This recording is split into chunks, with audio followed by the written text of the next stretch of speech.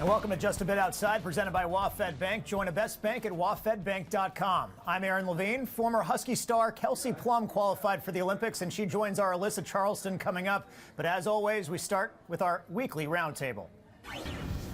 Well, if you're like the rest of us, you're probably no longer working from home. And with Seattle traffic, you might have 3 hours during your commute to listen to G and Ursula from 9 to noon every day on Cairo Radio 97.3. That's who joins us today, along with our very own Jessamine McIntyre. Thanks for joining us today, guys. Hi, thanks for having us. Man, appreciate you having us. Thank you. Well, I'm just going to go straight to your wheelhouse, G, because you have an incredibly talented son playing college football, and not just any state college in Ohio, but the Ohio State University. This week, there's been rumblings of an expansion to the college football playoff beyond the current 4 teams. So what do you think about that? And if you agree, how many teams should it be? Well, let me just say this. I still think it should stay at 4. That's number one. But number two, I'm a college football fan first. Like, what I mean by that is before baby G Scott Jr. was born, I loved college football. And he ain't going to play college football forever. But if that's the case, I'm a fan. Give me 8 teams, baby. Give me 8 teams. But as a father of one, give me 4 teams. Yeah, because Ohio State tends to win the Big Ten every year. I love the way G does this because he does it on our show as well. So he'll say, so as a dad, so so you want it to go to 8 teams. You'd be cool with that, G? No. As a father, stick with 4. But as a college football fan, right? Give me 8, baby. Okay, I don't have a kid playing college football, so I will speak on behalf of those fans who say, yeah, it should be expanded to 8, because why do we have to always have Ohio State be one of the Final 4? Or who else is it? Is that Notre Dame? Who else is it? Alabama. Yeah. So come on, give everyone else a little bit of a chance, right? Although there's another part of me, and this is what we do too, is we talk about other elements too. G has helped me understand why some of my thinking on this is old school, because I would say, well, isn't it supposed to be the emphasis on the student part of the athlete? And so if now you're talking about 8 games or 12 games, isn't that an additional exploitation by the NCAA of these kids who should be focusing on their studies? Well, not Ursula, you're acting like this is nothing new. You're I'm acting so like proud of you. That's what happens anyway. The system needs to be fixed before that's a problem. I'm so proud of you, Ursula. Now, I will say this one last thing about this topic, though, and this is a serious topic. This is a serious point to make. If they do extend it to 8 teams, just be prepared for some of the top players not playing. Really? Right? Oh, I mean, you think about it. I mean, there's already some of these athletes and families and agents and representations that are already on pins and needles after those extra games. Now you're starting to add to that. And so someone who is going to be a guaranteed first round pick, they don't need that game.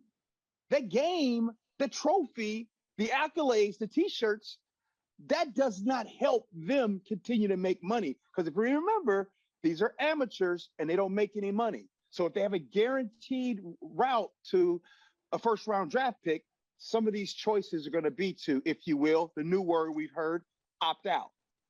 And that's what's happening a lot with the postseason bowl games. I think, though, if you have a national championship on the line, the very first person that ends up doing that is going to have a whole lot of guts to say, I'm putting my career ahead of a potential national championship and this team and school that I've played for the last 3 or 4 years. It'd be really interesting, though. And I absolutely see your point. And hopefully it becomes a moot point when these players are actually paid in a couple of years. And then we don't have to worry about this anyway, right? Oh, that's a whole nother hot topic for G. I'm sure it is. Listen, I personally, wait a minute. I just want to say, can we get a timeout here? This ain't fair. I got my co-host on here with me, and she's going to be digging at me the entire time. Jessamine, did you set this up? This is unbelievable. I'm calling flag on the play. Flag on the play. Yeah. It's only fair. It's only fair. I mean, we got to get the deets somewhere. We dig for dirt, and we're like, who else better than who sits preps with you for hours every day, sits across from you and talks to you for 3 hours every day. You guys are like in-house family. So true. I'll say this. I've always been a proponent of 6 or 8 teams. And that way, at the very least, the champions from the Power 5 conferences are all guaranteed a spot. And then you have room for 1 or 3 at-large bids. I mean, at the very least, and this isn't my only reason, it provides a little parity for the conferences like the Pac-12 that it rarely make the Final Four. And what that does is consistently kills the exposure for this conference. And it unfortunately takes money away from the conference as well, because it ends up splitting the money to the other Power 5 conference teams that get in those conferences as well. So, I mean, obviously there's a little West Coast bias in there, but this world needs a little more West Coast bias because you're about East Coast bias all the time. So true. So next up, I can't tell you how excited I am that stadiums and arenas are starting to fill up. I mean, fingers crossed, we're going to get a sold out Lumen Field this fall for the Seahawks. But at some point in this pandemic, the question is, did fans just stop remembering that there were rules? I mean, we've got a fan spitting at Trae Young, another one throwing a bottle at Kyrie Irving, and then just this Sunday in Denver, the USA-Mexico soccer match, fans launching bottles and trash at the players and the refs. I mean, they were in serious danger out there. It felt like it was out of control. And why are we seeing this happen, and how do we stop this? Well, I'm going to go ahead and take this time to take up for the fans. This isn't just a fan problem. This is a people problem across the United States. We have been quarantined, locked down for a minute. People kind of forgot how to socialize with other people. We forgot that, hey, what you say on social media, you just can't be saying that to people in person. So I'm going to give the benefit of the doubt to the fans that they were just kind of rusty and kind of forgot, if you will, with some of those actions. I got to do my best to do that because I got to have hope, right? I got to have hope. And I know that when they open up T-Mobile Park all the way open, and when they open up Lumen Field, by the way, since they have opened up T-Mobile Park, there's been no problem here in Seattle. So it sounds like Seattle has their act together. So I'm not going to blame this on the fans. I'm going to hope that fans get better. How about that, Ursula? I think G is right on. I don't think it is something unique. In fact, I know it's not something unique. Just today, there was a story in the news about someone slapping the face of the French president. So it's not something that's only unique to the United States. I think that there's a group, or there's a growing number of people who just don't respect authority, don't have respect for others. But the problem is, and the reason why it feels like it's so much more prevalent, is because of social media. And I think in many cases, people want it for those likes. People want it to go viral. So I think there's that added incentive for people to behave badly, and we reward them because we make their videos go viral. You mean they're not just rusty? No. I think that might be just a little bit of it, but I'm with G. I don't blame that on sports fans. That's not something unique to them. Yeah, I think that what was happening, the water bottle, the popcorn, it wasn't necessarily violent. I'm not condoning it at all. So I'm glad that we haven't seen worse like we have seen in other countries and other sports. But, you know, I do appreciate the NBA taking swift action in those two instances, because you could say, oh, it was an empty water bottle that couldn't have hurt him. But these players are not here to be your puppets. They're not here to endure that kind of, and it's verbal abuse too, which we all know that they endure, that we're not hearing on the television mics. I just think that they deserve a little bit better. Actually, they deserve a lot better. You paid to watch them play, not to throw things at them. And if you want to have nice things, be good to the nice things. Yeah, I think there should be a no tolerance policy personally. I know it may seem harsh, but I mean, these athletes can be in legitimate danger out there. And I feel like we have to protect their safety overall. But we're also, of course, distinguishing this from the old days when fans in Detroit would throw an octopus onto the ice after a hat trick. But I kind of want to use that to transition to our next topic of the Seattle Kraken. Already sold out of season tickets next year, which is amazing. This week, they announced a wait list for season tickets. But in order to stay on that list, there is a $250 annual fee.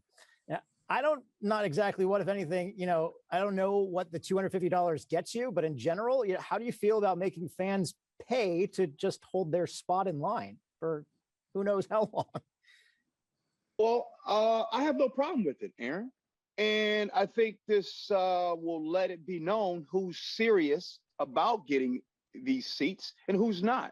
I mean, if it wasn't, there'd be people like me that's like, oh, okay, I'll just jump in line. And by the way, I'm looking forward to the Kraken coming into town because your boy ain't never been to a hockey game. I don't know what it's like. I don't know the rules. So I'm going to be the one that's going to be there asking, excuse me, what's that mean? I'm going to be that person at the Kraken. But at the same time, $250 to let everyone know you're serious about this, I have no problem at all with this. Hey, and there are some people that love hockey that have no problem with it as well. I love the fact that there's enough enthusiasm to generate the desire for people to be willing to pay $250 just to hold a spot in line. I love that. I miss this heydays of the Sonics being in town and just remembering that feeling and that feeling of community when people would go. I used to actually live in Lower Queen Anne when I first moved to Seattle, and every time there was a Sonics game, you couldn't go anywhere, but it was something kind of beautiful about that too. And I look forward to that kind of enthusiasm for the Kraken. I love that there's that energy, but I do worry that I don't want it to become another sport where it's only for the rich to, or people who have a lot of money to spend, that they're the only ones who have access to that sport. So I hope it doesn't become such an exclusive thing, but I love the energy that's behind it.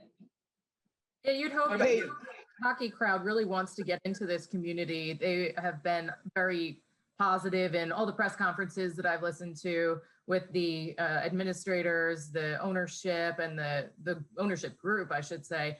They are really into getting into the community, and I'm hoping they stay by that too, Ursula. I lived in Lower Queen Anne when I first moved here too, and I love that atmosphere. Unfortunately for me, it was right after the Sonics left, and so I got to see what it used, like, you know, it's a ghost town now, and when just constantly talk to me about what that is.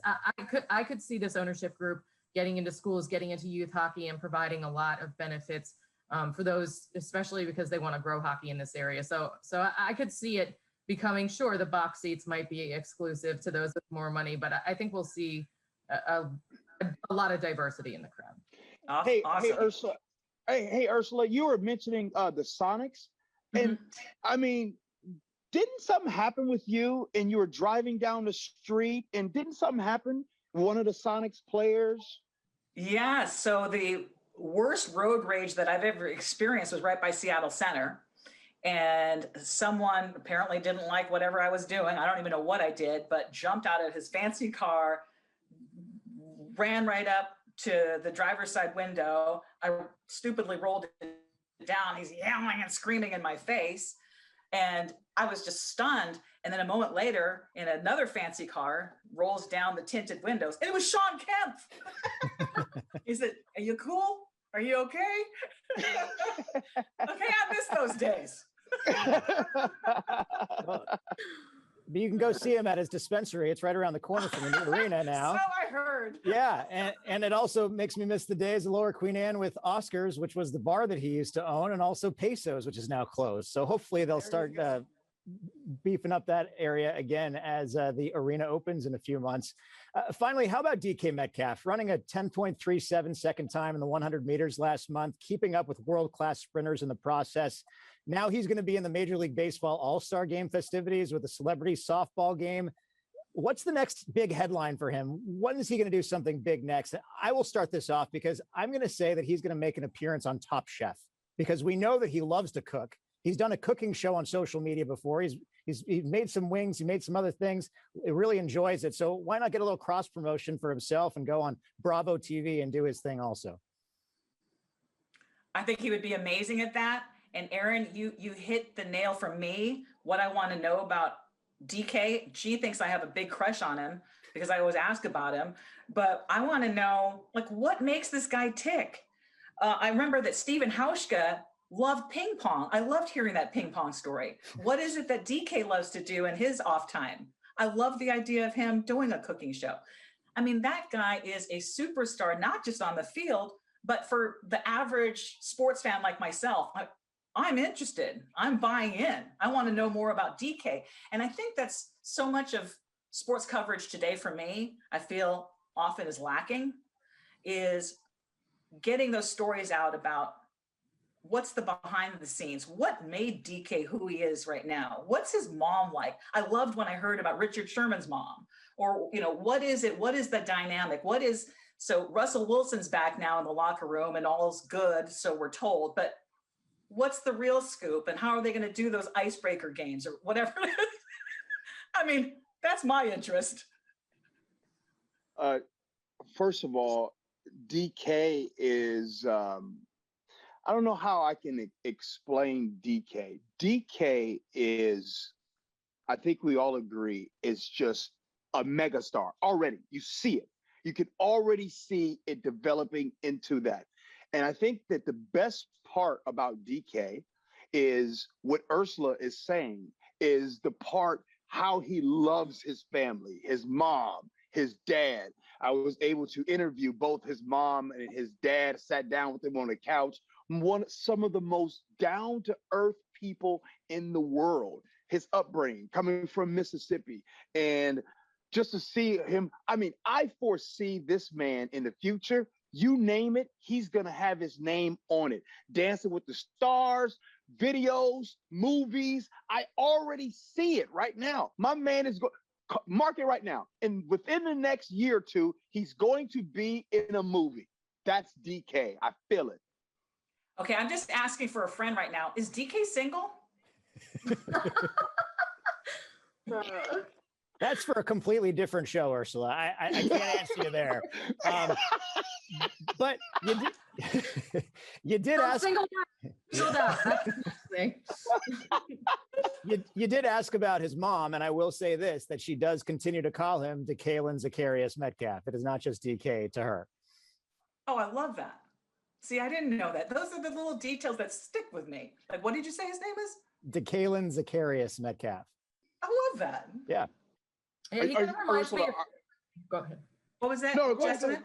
I was going to say he reminds me of Marshawn Lynch towards the end of his career, where he was just everywhere, and post-career, where, you just see him with Bear Grylls or talking to a scientist about not getting his J's. I think it was, what is it? The nitrous something, that's everything. He didn't want to mess up his J's. I just felt like you'd see him on a science show, a cooking show, making his own movie, and then DK's doing that. And he's like, I got an off season. I got time. I love it. But he did so well running. I know that people are like, he's nuts, but that was a great showing. Oh, it absolutely was. And I know his original goal was to make it to the U.S. Olympic trials. Clearly, he's not going to make it there. He was just a little bit short of that. But the fact that he proved a lot of the experts wrong at 10.37, and that speed can hopefully translate to the football field this season is a great thing as well. And he said he's now just focused back on football, which is good for all of us as Seahawks fans. Ursula Reutin and G. Scott of the G and Ursula show on Cairo Radio 97.3 FM weekdays from 9 a.m. to noon. And of course, our very own Jessamine McIntyre, who's going to hang around and do some trivia with us in just a bit. Thanks so much for joining us, guys, and we'll see you soon. Thank you, Aaron and Jessamine. Appreciate it. Thank you, guys. Appreciate you. Meanwhile, the 2020 Tokyo Olympics might be 1 year late, but at least we get to watch a brand new Olympic sport. 3-on-3 basketball will make its debut in July, and a former Washington Husky who shattered records on Montlake will lead the charge for the United States. Alyssa Charlston caught up with Kelsey Plum. Not every day we get to be joined by the definition of a bucket. Kelsey Plum, big-time Washington Husky, played for the Dogs 2013 to 2017. Final Four appearance, broke the NCAA all-time scoring record, over 3,500 points. Number 1 draft pick in 2017. You're now with the Las Vegas Aces. Kelsey, I know Seattle misses you, but what do you miss about Seattle? Oh gosh, there's so many things to miss about Seattle. I think above all, just, there's a ton of relationships, people that I've gotten to know really, really well and have become close with over the years. So, anytime I get an opportunity to go back and, just say hi and catch up, some of my old teammates from college. So great memories there. You have just gotten back from Austria at the end of May because big, huge deal. The USA women have qualified for the first ever 3-on-3 at the Olympics. So you're going to Tokyo. Talk to me about that tournament in Austria, because you guys didn't really have close games before we get into the rules of 3-on-3, which are really interesting. So what was it like being in Austria and competing? Yeah, so it was pretty much a whirlwind. You know, the four of us, Katie Lou has a little bit of experience, but the other three players, we had never played 3-on-3 internationally before. We had no idea what to expect. So it was just very new, but a lot of fun, really fun to watch, very fast, very intense. You could say we didn't have close games, but we actually did. The thing is, like, they would be close, and then, we'd do our push, right? So in 3-on-3, it's only 10 minutes. Some people don't know that, and it's the first to 21. So you're really just kind of shot out of a cannon. Seriously, the pace is so insanely fast, but fun. So your teammates, Stephanie Dolson played for UConn, Alicia Gray, and then the Storm's own Katie Lou Samuelson. So you mentioned her name. What's the friendship like with her? Is it fun to play with a 3-point nightmare like that? Oh, absolutely. Lou and I have a great time, not only on the court, but off the court as well. We're good friends, and it's just been a lot of fun. We have great chemistry with that group, and I would definitely describe us as like a team. We play really well together. We move well together. Everyone is super smart and super in tune with kind of how the game's going. So it was just a pleasure. It was a pleasure to play with them, and looking forward to Tokyo. Yeah, I cannot imagine how excited you are for that, to compete for the US. Let's talk about these rules, because they are really weird and it's so fast paced. So 12-second shot clock, crazy, 10-minute game, or first to 21, right? And then no coach. So like on the court at the time. So what was it like? Do you like that fast paced? Absolutely, and I think that's one of our advantages, because of our size and our fitness level. You didn't think there were close games, there were, but I think people start to run out of gas. And so, because you can't sustain that level of intensity for 10 minutes, not everyone can, right? So I think that's where our advantage comes in. We just keep applying pressure, and above anything is the physicality. There's 17 fouls until you can shoot free throws, but there is no individual fouls. So, pretty much everyone is just hacking and playing really hard, really physical, but it's fun. It's a lot of fun, unless you're the one getting hacked, and then it's not as much fun. Oh, that's hilarious. That sounds like a post's dream, like a post that just loves to foul and, not have to have the fouls go against you as a person. So when you guys had your training camps, because I know you said that in other articles, you've prepared for this. So you're not just walking in and trying to play 3-on-3. People need to understand that. What did you guys work on specifically at training camp? Like, what's your style of play? A lot of people go for only threes because they're worth two threes and layups, but what's your style? Well, honestly, the biggest emphasis is defensively. We know that whether the shots fall or they don't fall, what we're going to do is get stops, right? And I think a lot of your stops turns into transition. One of the biggest parts about 3-on-3 is the transition game, because when the ball goes through the net, if it's a make, you have to clear it beyond the 3-point line. You can dribble it or pass it, and it's live. And it's as soon as you touch it, that 12-second shot clock is happening, right? So to be able to transition quickly helps teams. Also defensively, you have to transition from offense to defense. And so when you apply pressure, you can steal the ball and then get quick, easy buckets. And that's kind of one of our biggest strategies. Because you're tired, you can't always control if you're hitting twos. It's great, right? When you hit twos and you can spread the game out, but defensively is where our biggest emphasis is. I can imagine conditioning was key, and like making sure you're getting those lines in. We know last year you're coming off an Achilles injury, and I saw a really emotional interview after you guys qualified, because you've been through a lot, and because COVID happened, you didn't miss out on the Olympics. You get to play, you've recovered. What does it mean to be playing and representing, the US while also recovering from a massive injury? Oh, I just feel so blessed and grateful. I think I said it earlier in that interview, but USA Basketball could have decided, because the team was announced pre-COVID, right? We were supposed to go qualify for the Olympics. And then pretty much right when we were supposed to go, that's when everything kind of shut down and, time stood still a little bit. So when I tore my Achilles, they could have said, we're going to take someone else on the team and we're going to go from there. And they didn't. They just stayed with me. They kind of followed my rehab process, asked me where I was. And then when COVID opened up a little bit, I was able to attend some of the training camps, healthy, 100%, and kind of prove like, hey, listen, I'm okay. I'm ready to go. And they just stayed the course with me. And I really appreciate that, because there's so many good players with USA basketball. It wouldn't have been that hard to just say, you know what, we're just going to put in so-and-so in your role. And so I just really appreciate that they stuck with me. Well, I know you won't say this, but your smooth jumper, the way you play, I don't think they could not afford to have Kelsey Plum at the Olympics. Last two questions for you. Who is like the powerhouse of 3-on-3 right now? Because a lot of teams, like for the men, I know Serbia is a powerhouse. Like, is there a team you're really looking forward to playing? Well, I mean, I just think I think proved that we're pretty good. France is always a team that consistently plays year round. They have the #1 ranking in the world. All their players have a ton of experience. That team is really good. And then, Japan. I think Japan is someone that people could, have to really watch out for. It's in their home, their home country. They have the fans backing them. No one's going to play harder than Japan, right, to try to win a medal for their country. So there's another team that you probably don't want to see in full play. Great point. What are you bringing to Tokyo? A lot of energy, a lot of intensity, and we're gonna have a lot of fun. I hope that people that haven't seen 3-on-3 are gonna watch it and become fans. Cannot wait. Kelsey Plum, thank you so much. It all starts July 24th in Tokyo. We're going to be watching, and go Dogs. Go Dogs, baby. And a big congratulations to Kelsey and the Storm's Katie Lou Samuelson. We can't wait to see them play together in Tokyo this summer.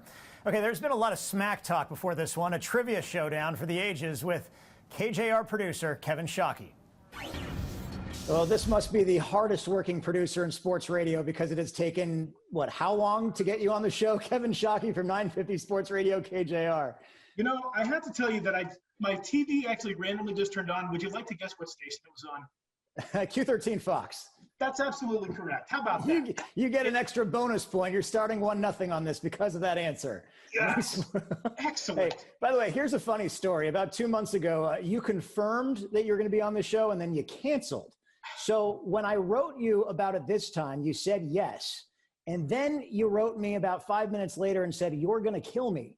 And I said, yes. And the reason I said yes is because I thought you were about to cancel on us again. I thought you're going to kill me was a prelude to you saying that you had forgotten that you had to do something else. So my response of yes, I'm going to kill you had nothing to do with me being cocky about potentially beating you at trivia.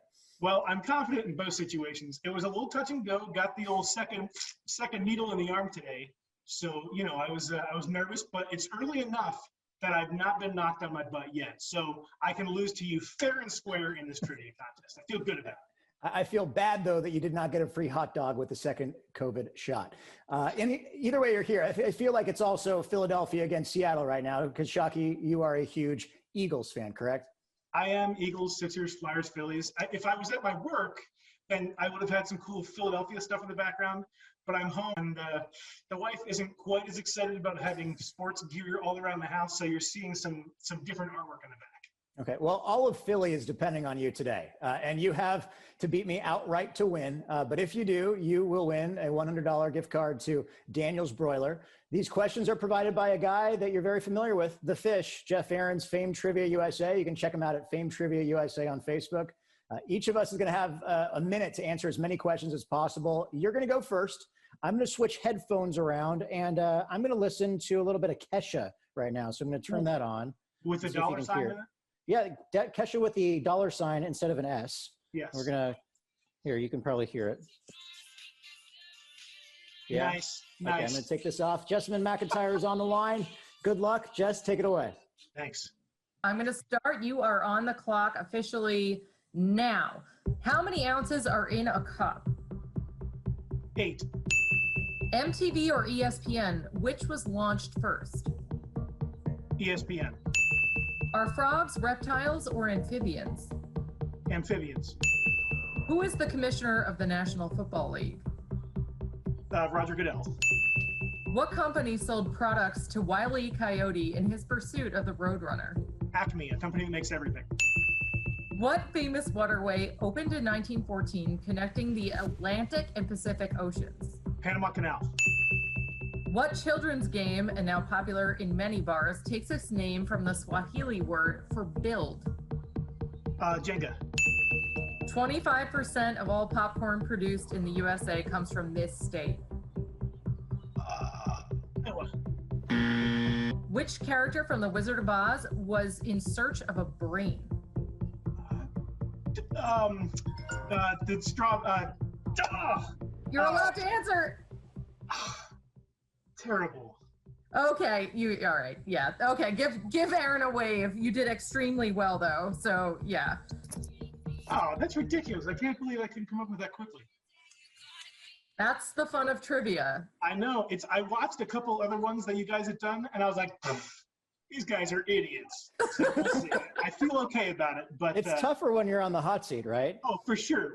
Look, I love Jeopardy, but I know that if I was on there, I would get murdered. So let's do this.